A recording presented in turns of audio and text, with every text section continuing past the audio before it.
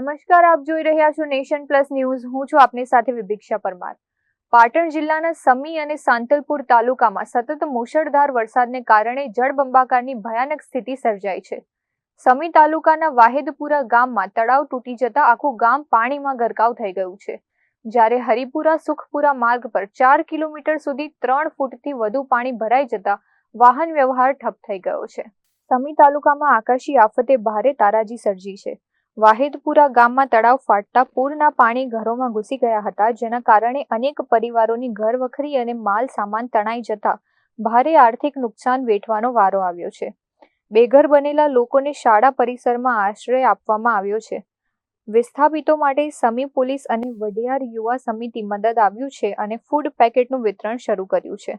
તો બીજી તરફ સાંતલપુર તાલુકાના વારાહી નજીક આવેલી વાઘપુરા પ્રાથમિક શાળામાં પણ ઘૂંટણસમા પાણી ભરાઈ ગયા છે. વર્ગખંડોમાં પાણી ફરી વળતા પુસ્તકો, કમ્પ્યુટર અને શૈક્ષણિક સામગ્રી પલળીને બરબાદ થઈ ગઈ છે. દૈનિક શિક્ષણ ખોરવાઈ જતા વાલીઓમાં ચિંતા વ્યાપી છે. ગ્રામજનો અને સ્ટાફ મળીને પાણી બહાર કાઢવાની કામગીરી કરી રહ્યા છે અને તંત્ર તાત્કાલિક સર્વે કરી વળતર આપે તેવી પ્રબળ માંગણી કરી રહ્યા છે.